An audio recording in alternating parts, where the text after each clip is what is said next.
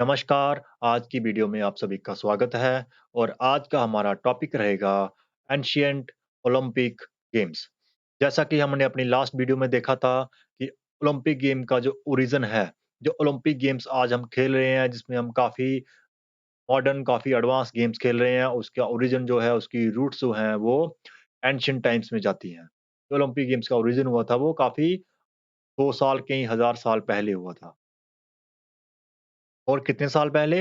Olympic games का शुरुआत हुई थी आज से लगभग 2700 साल पहले। जी हाँ, आपने सही सुना 2700 इयर्स एगो। अगर अभी चल रहा है 2021 तो अगर आप इसमें से माइनस 2021 ही कर लें तो 0 आ जाएगा। उससे भी 600-700 साल पहले ओलंपिक गेम्स की शुरुआत हुई थी। जैसा कि हमने अपनी लास्ट वीडियो में भी देखा था कि जो ओलंपिक गेम्स है, उसका जो ओरिजिन है, जो पर्टिकुलर रीज़न है, वो किसी को नहीं पता है, क्योंकि ओलंपिक गेम्स के ओरिजिन की काफ़ी सारी स्टोरीज़ हैं। तो हम पर्टिकुलर डेट तो नहीं बता सकते, but as per written records जो हमारे रिटन रिकॉर्ड्स हैं, जो हमें हिस्ट्री में रिटन रिकॉर्ड्स मिले हैं, उसके हिसाब से ओलंपिक गेम्स जो है वो लगभग 776 बीसी में शुरू हुई थी। पहली ओलंपिक गेम्स 776 बीसी में हुई थी। और ये कहाँ हुई थी, ये भी आप जानते हैं, ये भी हमने लास्ट वीडियो में देखा था। जो ओलंपिक गेम्स या फिर जो एंशिएंट ओलंपिक गेम्स हैं, वो ग्रीस में होती थी। ग्रीस में एक ओलंपिया जगह का नाम है, वहाँ पे एंशिएंट ओलंपिक गेम्स करवाई जाती थी और जैसे आज के ओलंपिक गेम्स जो है वो आप देखते हो कि आज के ओलंपिक गेम्स लग हर 4 साल के बाद नेक्स्ट सिटी में जाती है, वो एक ही जगह पे नहीं होती है। लेकिन जो एंशिएंट ओलंपिक गेम्स थी, वो हर साल उसी जगह पे, उसी ओलंपिया में ही हर साल वो फेस्टिवल मनाया जाता था, वहाँ से वो शिफ्ट नहीं होता था। और ये जो फेस्टिवल होता था, ये आपको पता है कि ये फेस्टिवल मनाया जाता था गॉड ज़ीयस के ऑनर में। और इस फेस्टिवल को हर 4 साल में मनाया जाता था और इस 4 साल के टाइम को बोला जाता था ओलंपियाड। और ओलंपियाड 4 साल का ही क्यों होता था, ये देखते हैं। क्योंकि हमने अपनी वीडियो में देखा था ओरिजिन ऑफ ओलंपिक गेम्स वाली वीडियो में कि जो पैन हेलेनिक गेम्स थी, वो 4 गेम्स थी। एक थी ओलंपिक गेम्स उसमें, दूसरी थी नीमन, तीसरी थी इस्तामिन और चौथी थी पाइथन गेम्स।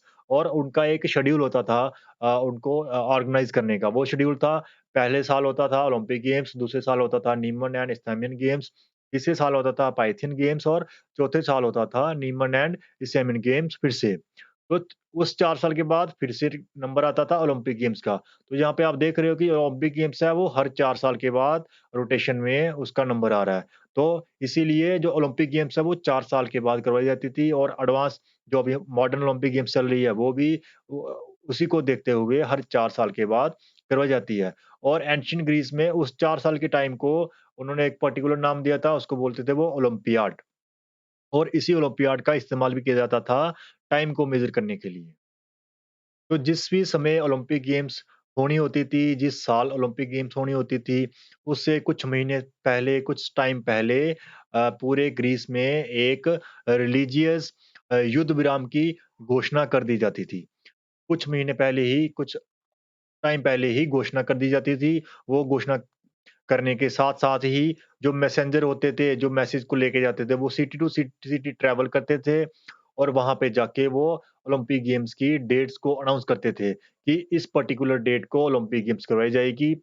और जो रिलीजियस युद्ध विराम की घोषणा होती थी, उससे क्या होता था कि जितनी भी अ युद्ध हो रहे होते थे आपस में, क्योंकि ग्रीस आपको पता है कि एंशिएंट ग्रीस जो था वो काफ़ी सारी स्टेट्स में डिवाइड था। तो अ, डिवाइड होने की वजह से उनके आपस में युद्ध चलते रहते थे। लेकिन जब भी ओलंपिक गेम्स आती थी 4 साल के बाद, जब भी जो रिलीजियस युद्ध विराम की घोषणा होती थी, तो सभी आपस में हाथ मिला देते थे, सभी अपने युद्ध जो है वो बंद कर देते थे। और युद्ध बंद करने का एक ही कारण था कि जो जितने भी एथलीट्स हैं, जितने भी स्पेक्टेटर्स हैं या फिर जो पार्टिसिपेंट्स हैं, वो सेफ तरीके से, अच्छे तरीके से ट्रैवल कर सकें और ओलंपिया में आके वहाँ पे आके खेल सकें, वहाँ पे आके ओलंपिक गेम्स को देख सकें। तो आप देख रहे हैं कि जो ओलंपिक गेम्स जो है उनको ऑर्गेनाइज़ करवाने के लिए, उसमें पार्टिसिपेट करने के लिए पूरे ग्रीस में युद्ध भी रोक दिए जाते थे। इसके साथ-साथ ही आपको पता है कि जो ओलंपिक गेम्स है, उसमें सिर्फ़ और सिर्फ़ कौन पार्टिसिपेट कर सकता था? सिर्फ़ और सिर्फ़ मेल इंडिविजुअल ही पार्टिसिपेट कर सकते थे और वो भी कौन से मेल? वो भी only free born males were allowed to participate means free born means जो सिर्फ़ ग्रीक के ही मेल्स हों। तो इससे क्या होता था, इससे जो वुमेन्स थी, वो नहीं खेल पाती थी, जो स्लेव्स थे, वो भी अलाउड नहीं थे पार्टिसिपेट करने के लिए ओलंपिक गेम्स में और साथ-साथ में जो फ़ॉरेनर्स थे, वो भी ओलंपिक गेम्स में पार्टिसिपेट नहीं कर सकते थे। लेकिन यहाँ पे जो ग्रीक वुमेन्स थी, उनको एक छूट थी, उनको क्या छूट थी, वो पार्टिसिपेट कर सकते थे एक कंडीशन पे। वो कंडीशन थी एक एक इवेंट होता है इक्विस्टेरियन। इक्विस्टेरियन इवेंट क्या होता है? आपने मॉडर्न ज़माने में भी देखा है कि जो हॉर्स जो हैं वो हर्डल्स पे जंप करते हैं।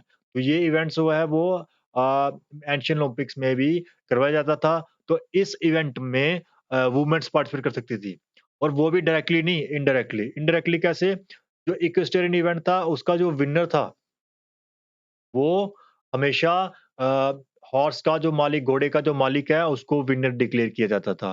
तो वुमेन्स क्या करती थी, हॉर्स को ओन करती थी, अपने हॉर्स जो थे उनको पार्टिसिपेट करवाती थी ओलंपिक गेम्स में और इस वजह से वो ओलंपिक्स में पार्टिसिपेट कर सकती थी। लेकिन डायरेक्टली कोई भी वुमन ओलंपिक गेम्स में पार्टिसिपेट नहीं कर सकती थी। और जो भी ओलंपिक गेम्स में पार्टिसिपेट करना चाहता था, वो उसे एक तो अपने घर पे कुछ साल पहले ही ट्रेनिंग करनी पड़ती थी, कुछ महीने पहले ट्रेनिंग करनी पड़ती थी और ट्रेनिंग करने के बाद जब ओलंपिक गेम्स आती थी, उससे लगभग 4 हफ्ते पहले 4 वीक्स बिफोर द कॉम्पिटिशन उन्हें एक सिटी थी, एक टाउन था जिसका नाम था एलिस, वो ओलंपिया के पास एक टाउन था। उन सबको उस टाउन में इकट्ठे होना पड़ता था 4 हफ्ते पहले। क्यों इकट्ठे होना पड़ता था? क्योंकि उनकी वहाँ पे ट्रायल्स लिए जाते थे, उनकी वहाँ पे चेकिंग करी जाती थी, उनकी कैपेसिटी चेक करी जाती थी, वो फिर उसके बाद उनकी सिलेक्शन की जाती थी।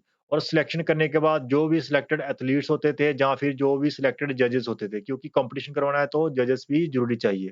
तो जो भी सिलेक्टेड एथलीट्स हैं, जजेस होते थे, उनकी वहाँ पे ओथ करवाई जाती थी, जिसमें वो शपथ लेते थे कि हम ओलंपिक गेम्स का ऑनर करते हुए फुल एंड ट्रू स्पिरिट में उसमें पार्टिसिपेट करेंगे। तो ओथ लेने के बाद ओलंपिक गेम्स शुरू होती थी। ओलंपिक गेम्स आपको पता है मेगा इवेंट्स था, एंशिएंट ग्रीस का एक फेस्टिवल था ऑनर ऑफ गॉड जीएस और इसमें काफ़ी सारे इवेंट्स करवाए जाते थे। सबसे पहली जो ओलंपिक गेम्स हुई थी, वो कब हुई थी? 776 बीसी में। उसमें सिर्फ़ आप जानते हो उसमें सिर्फ़ एक ही इवेंट खेला गया था, सिर्फ़ एक इवेंट और वो इवेंट था स्टेड रेस। स्टेड रेस क्या होती थी? एक 190 मीटर की रनिंग का इवेंट होता था। तो फर्स्ट ओलंपिक गेम्स में सिर्फ़ एक ही इवेंट खेला गया और दूसरी ओलंपिक गेम्स में भी सिर्फ़ एक ही इवेंट खेला गया, वो था स्टेड रेस। तीसरी ओलंपिक गेम्स में भी एक ही इवेंट खेला गया, वो था स्टड रेस। तो चौथी ओलंपिक गेम्स में एक एक्स्ट्रा इवेंट ऐड कर दिया गया, जिसका नाम था डबल स्टड रेस, वो 4th एडिशन में ऐड हुई। फिर धीरे-धीरे कॉम्पिटिशन बढ़ता गया, फिर और ज़्यादा पार्टिसिपेशन होती गई, तो ऑर्गेनाइज़र्स जो थे, उन्होंने एक और इवेंट ऐड किया, जिसका नाम था लॉन्ग डिस्टेंस रेस मीन्स डोलिकॉस जिसको लॉन्ग डिस्टेंस रेस बोलते थे, वो 15th एडिशन में जाके ऐड हुआ था। 15th एडिशन मीन्स लगभग 60 years after the start of Olympic games 60 साल बाद जाके तीसरा इवेंट ऐड हुआ और फिर धीरे-धीरे क्या हुआ और इवेंट्स ऐड होना शुरू हो गए जैसे पेंटाथलॉन एक इवेंट था, पेंटा होता है 5 इवेंट्स होते थे इस इवेंट में। पहला इवेंट था डिस्कस थ्रो तो आप जानते ही हो मॉडर्न टाइम्स में भी डिस्कस थ्रो होती है। दूसरा इवेंट होता था इसमें लॉन्ग जंप भी आपको पता है, मॉडर्न ओलंपिक्स में भी लॉन्ग जंप करवाया जाता है। तीसरा पेंटाथलॉन का इवेंट था जैवलिन जैवलिन थ्रो भी आपने देखा हुआ है मॉडर्न ओलंपिक्स में जैवलिन थ्रो भी है। तो 3 इवेंट हो गए पेंटाथलॉन के, एक हो गया आपका डिस्कस थ्रो, दूसरा हो गया आपका लॉन्ग जंप, तीसरा हो गया जैवलिन और नंबर 4th हो गया रेसलिंग। जैसा कि आपको पता है रेसलिंग भी मॉडर्न ओलंपिक्स का एक हिस्सा है और लास्ट और 5वां इवेंट है आपके पेंटाथलॉन का रनिंग इवेंट। तो ये पाँचों इवेंट मिला के एक अ, कंबाइंड करके एक इवेंट बनता था जिसका नाम था पेंटाथलॉन और ये एक ही दिन में कंडक्ट करवाया जाता था।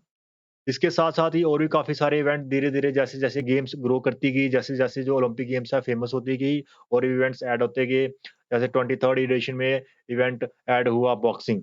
जैसे कि आप देखते हो कि जो मॉडर्न टाइम्स में भी में भी बॉक्सिंग है और एंशिएंट में भी ओलंपिक्स करवाई जाती थी। जैसे आप देख रहे हो ये 2 बॉक्सर आप आपस में फाइट कर रहे हैं और ये ऑफिशियल खड़ा हुआ है। फिर आगे जाके और इवेंट ऐड हुए एक इवेंट था जो 25th एडिशन में मीन्स लगभग 100 साल के बाद स्टार्ट होने के बाद एक इवेंट ऐड हुआ जो था 4 हॉर्स चैरिट रेस। 4 घोड़ों की जो रथ की रेस होती थी वो ऐड हुई 25th एडिशन में जाके 33rd एडिशन में ऐड हुआ आपका हॉर्स रेस, जो घोड़ों की रेस होती है। वो 33rd एडिशन में जाके ऐड हुआ। उसके साथ-साथ ही कॉम्पिटिशन्स फॉर हैलर्ड एंड ट्रम्पटर्स जो जाके ऐड हुए आपके 96th एडिशन में। और धीरे-धीरे जिस तरह से गेम्स बढ़ती गई, एडल्ट इंडिविजुअल पार्टिसिपेट करते थे, तो उन्होंने सोचा कि जो यंग चिल्ड्रन है, उनको भी मौका देना चाहिए, तो आगे जाके जो यूथ कॉम्पिटिशन्स थे, वो भी इंट्रोड्यूस कर दिए गए ओलंपिक्स में और इससे ओलंपिक्स और ग्रो होती गई और शानदार होती गई और ज़्यादा लोग और कॉम्पिटिशन आता गया और ज़्यादा लोग देखने के लिए आते थे और ज़्यादा लोग खेलने के लिए आते थे और इसका गौरवशाली इतिहास और बढ़ता गया। और साथ में ही आपने सुना होगा कि जो ओलंपिक गेम्स थी, उनके जो सबसे पहले विनर थे उसको उनका नाम था कोरिबोस। कोरिबोस कहीं कोरबोस लिखा होता है। ये सबसे पहली ओलंपिक कब हुई थी? 776 बीसी में और इसमें कौन-सा इवेंट हुआ था? माइन 92 मीटर जो स्टेड रेस थी। Stade race. तो उस स्टड रेस का चैंपियन कौन था? कोरिबोस जो एलिस का था। एलिस आपने पहले भी नाम सुना है, एलिस ओलंपिया के पास जगह थी जहाँ पे एथलीट्स इकट्ठे भी होते थे। तो इस सिटी का एक इंडिविजुअल था जिसका नाम था कोरिबोस, वो पहली ओलंपिक गेम्स का विनर था। और आपको पता है ओलंपिक गेम्स जो एंशिएंट ओलंपिक गेम्स होती थी उसके विनर को एक ताज पहनाया जाता था। वहाँ पे कोई कैश प्राइज़ नहीं होती थी, उनको एक ताज पहनाया जाता था और वो ताज किसका बनता था? ये इसका टेम्पल था, वहाँ पे एक साथ में एक पेड़ लगा हुआ था ओलिव ट्री। उसको ओलाइव बोलते हैं, उसके पत्तों से वो ताज बनाया जाता था और उस ताज को पहनाया जाता था विनर को और ये ताज काफ़ी महत्वपूर्ण माना जाता था। तो आपने देखा कि जो पहला ओलंपिक विनर था वो था गोरबोस फ्रॉम एलिस। इसी के साथ-साथ एक और इंडिविजुअल का काफ़ी नाम आया है एंशिएंट ओलंपिक गेम्स में, उनका नाम था मिलो। उनका नाम क्यों बताता है ये because he was famous wrestler who won 6 times in Olympia. वो 6 बार ओलंपिया में जीता हुआ था। 6 बार आप मान सकते हो कि 6 इंटू 4 इज़ इक्वल टू 24 लगभग 24 इयर्स वो कंटिन्यू जीतता रहा, कंटिन्यू गोल्ड मेडल उसने जीता लगभग लगातार 24 साल। तो वो कितना स्ट्रॉन्ग इंडिविजुअल था, इसलिए उनका नाम काफ़ी फेमस है एंशिएंट ओलंपिक को लेके। And 7 times at Delhi, 10 times at Isthmus and 9 times at Nemea। तो आज हमने एंशिएंट ओलंपिक गेम्स के बारे में थोड़ा-सा डिस्कस किया।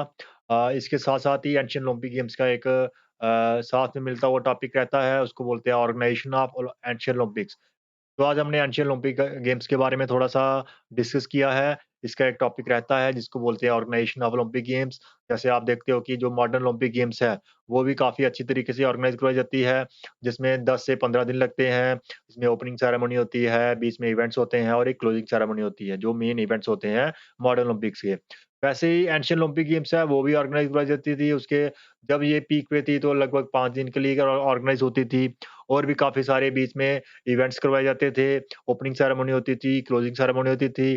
तो नेक्स्ट वीडियो में हम डिटेल में देखेंगे कि जो एंशिएंट ओलंपिक गेम्स है उसका ऑर्गनाइजेशन किस तरह से होता था।